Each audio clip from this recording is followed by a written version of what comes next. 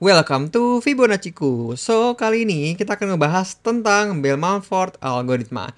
Yang mana dia adalah algoritma untuk kita mencari jalur terpendek yang ada di graf. Dan di sini aku juga menulis dia itu adalah single source shortest path.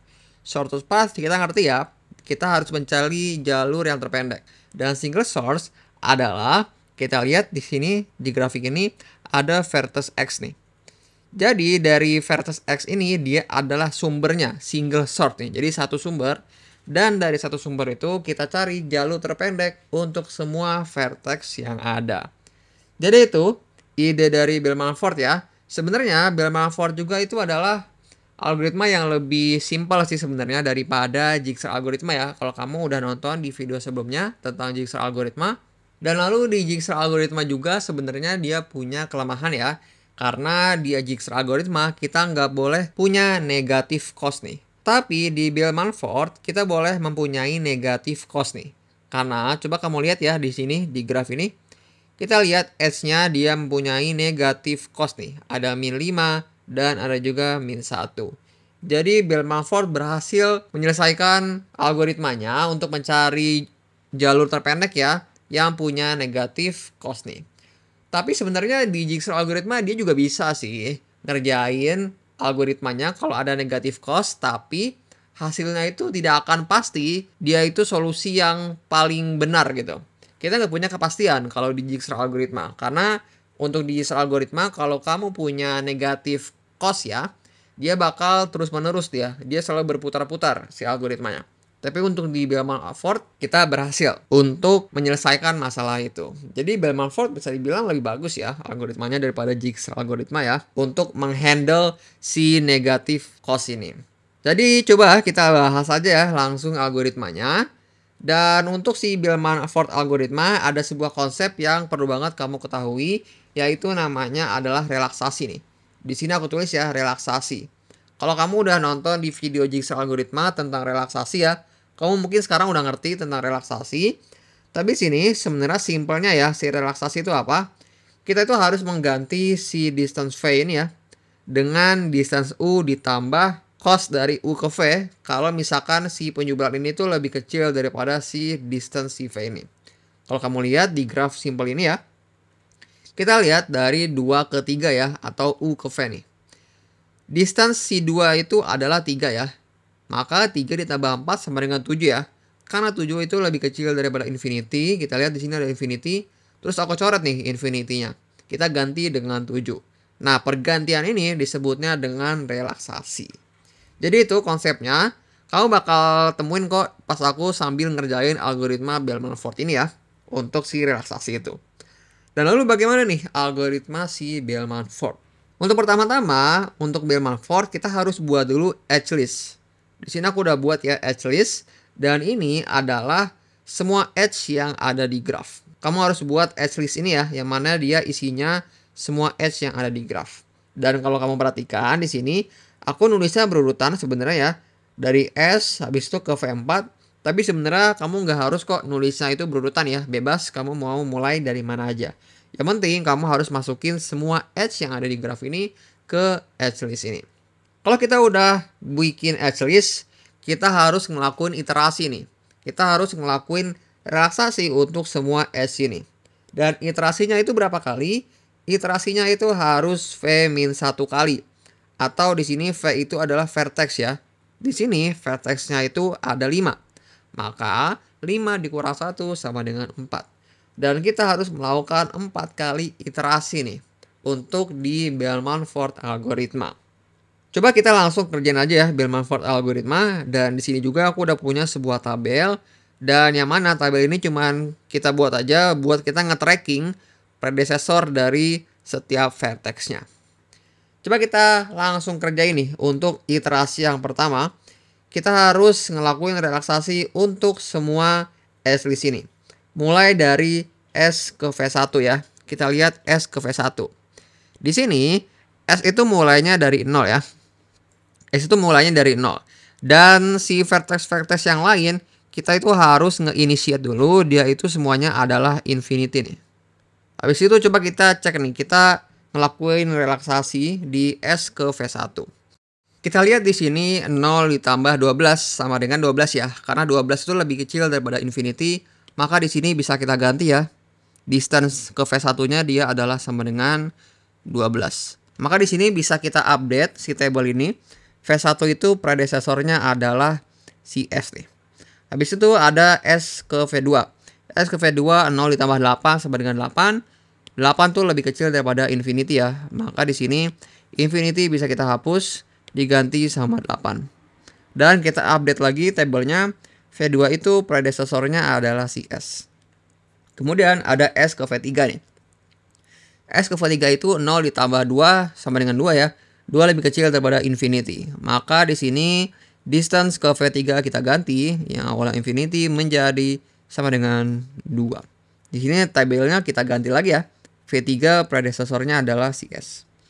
Sekarang ada dari S ke V3, sekarang ada V1 ke V3 nih.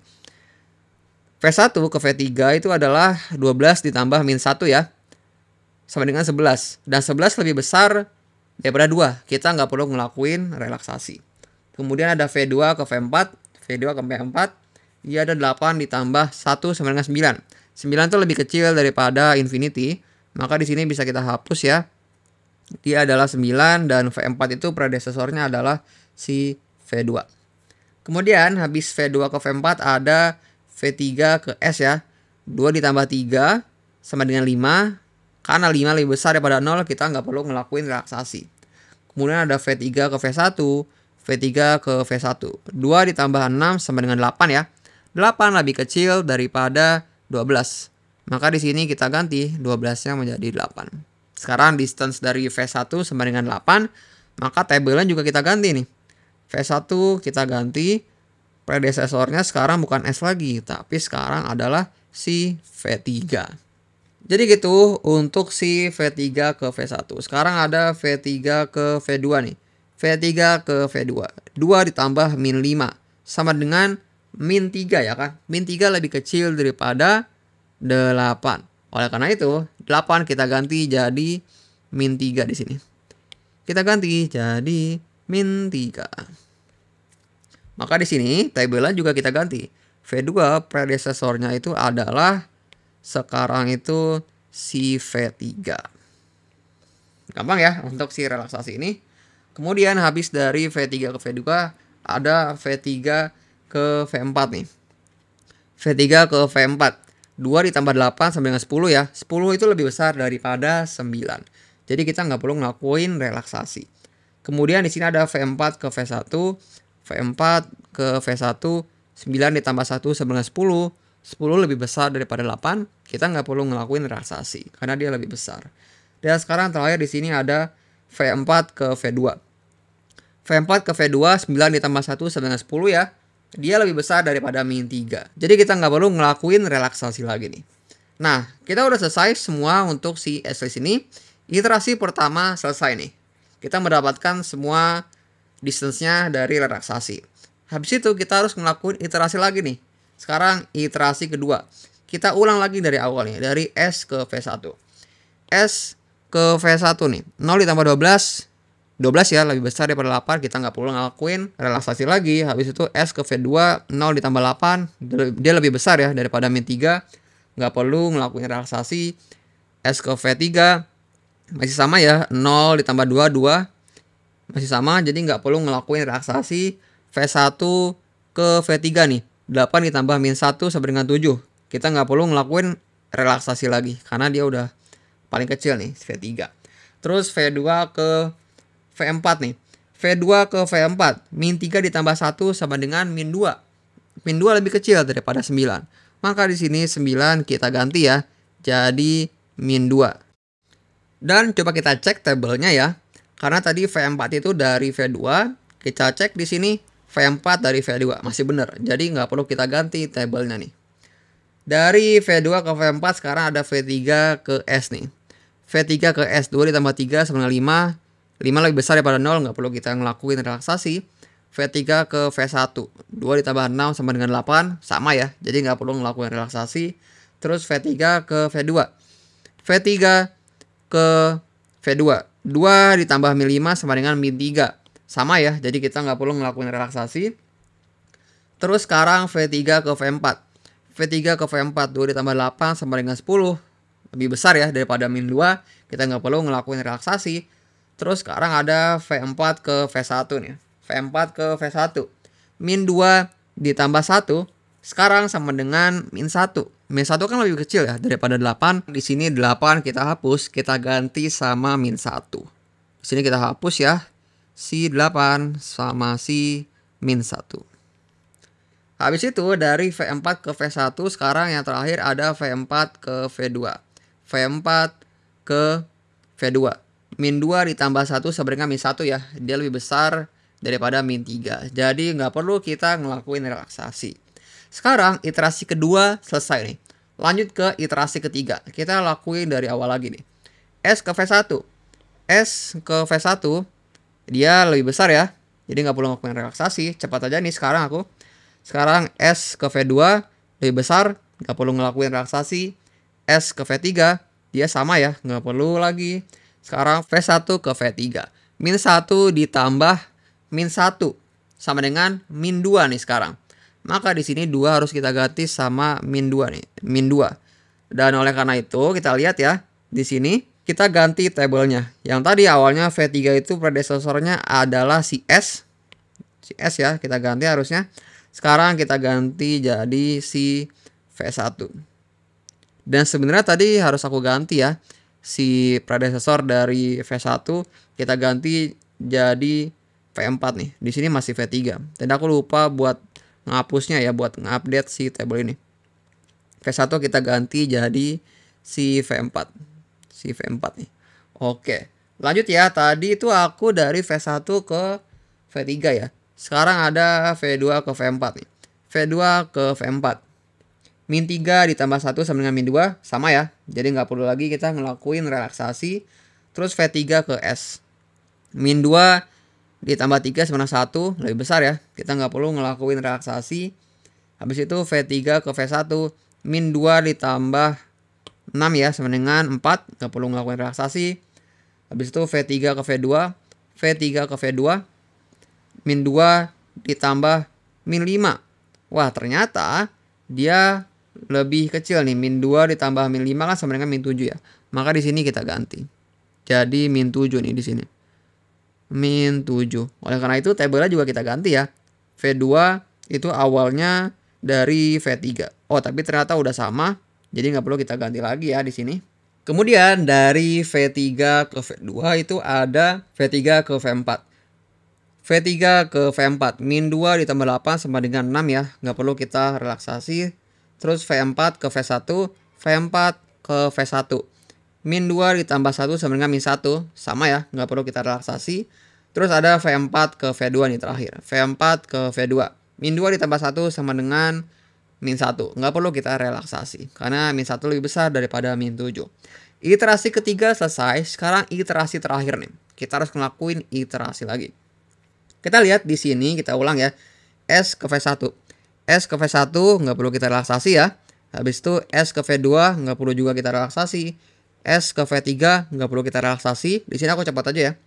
V1 ke V3. V1 ke V3. Min 1 ditambah min 1. Nggak perlu kita relaksasi ya. Habis itu V2 ke V4 nih. Min 7 ditambah 1 sama dengan min 6. Min 6 lebih kecil daripada min 2. Maka di sini harus kita ngelakuin relaksasi. Di sini adalah min 6.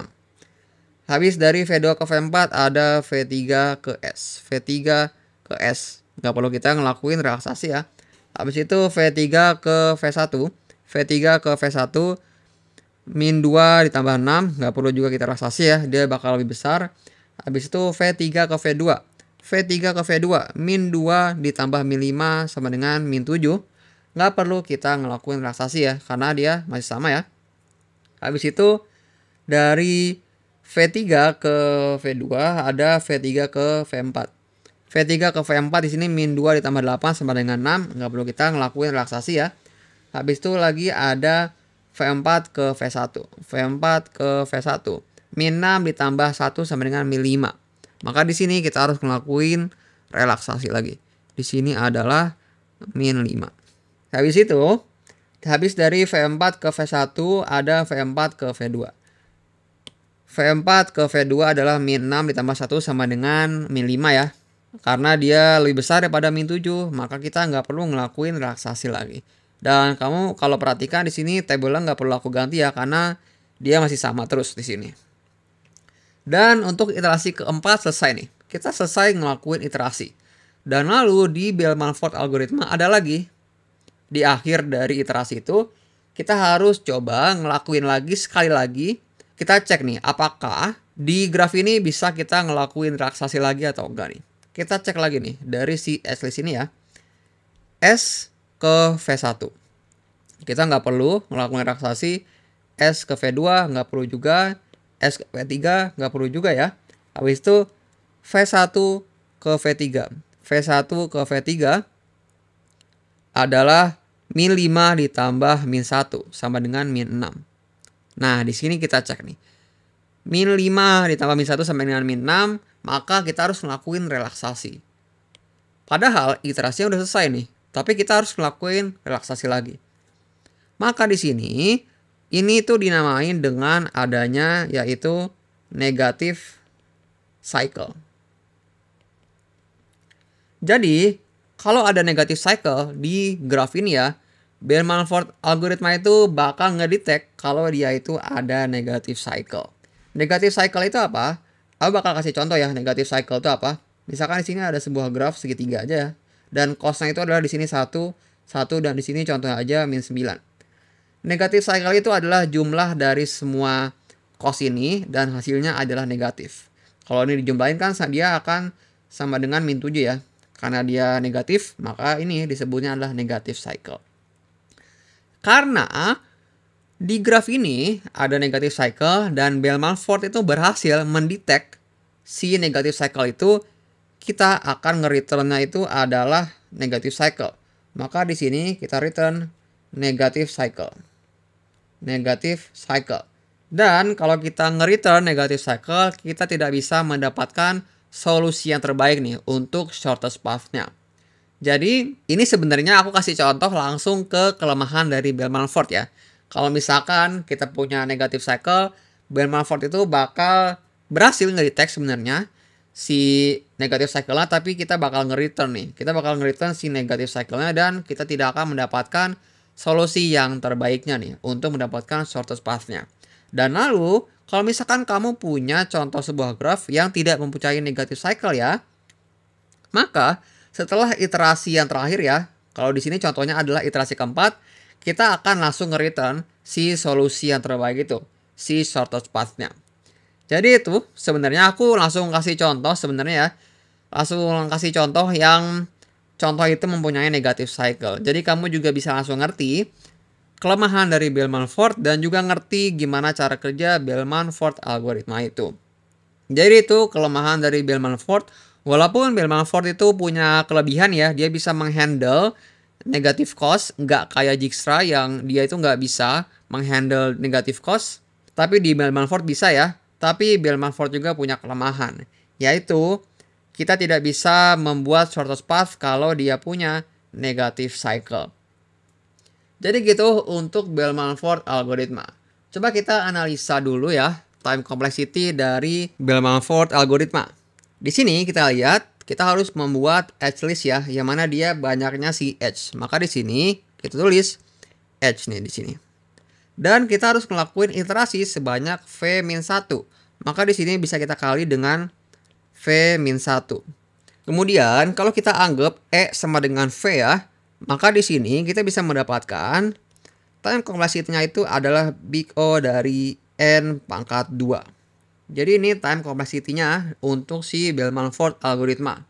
Tapi ada kasus lain ya, kalau misalkan si grafnya itu adalah complete graph, yang mana dari sebuah vertex dia punya edge ke semua vertex yang lain nih. Dan semua vertexnya juga kayak gitu terus. Jadi dia adalah complete graph. Maka di sini banyaknya S-nya itu adalah E-nya itu akan sama dengan N kali N-1 per 2. Yang mana dia itu adalah N pangkat 2. Oleh karena itu kalau di complete graph ya, dia time complexity-nya itu adalah si N N-1/2 ini kita kalikan dengan si V-1 yang mana dia itu adalah si N ya sebenarnya. Maka kita akan mendapatkan time kompresinya itu adalah big O dari N pangkat 3. Ini kasusnya kalau dia complete graph ya. Kalau dia bukan complete graph, dia itu adalah big O dari N pangkat 2. Jadi itu adalah analisanya ya, time complexity dari Bell-Mulford algoritma. Jadi coba kamu kalau belum ngerti, kamu ulang dulu nih videonya. Terus kamu coba kerjain dulu ya sendiri si graf ini, kamu ngelakuin Bell-Mulford algoritmanya. Jadi kayak gitu, Bell-Mulford algoritma itu adalah metode kita mencari jalur terpendek yang ada di graf dari single source ya. Yang mana di sini single source-nya itu adalah si vertex S ini.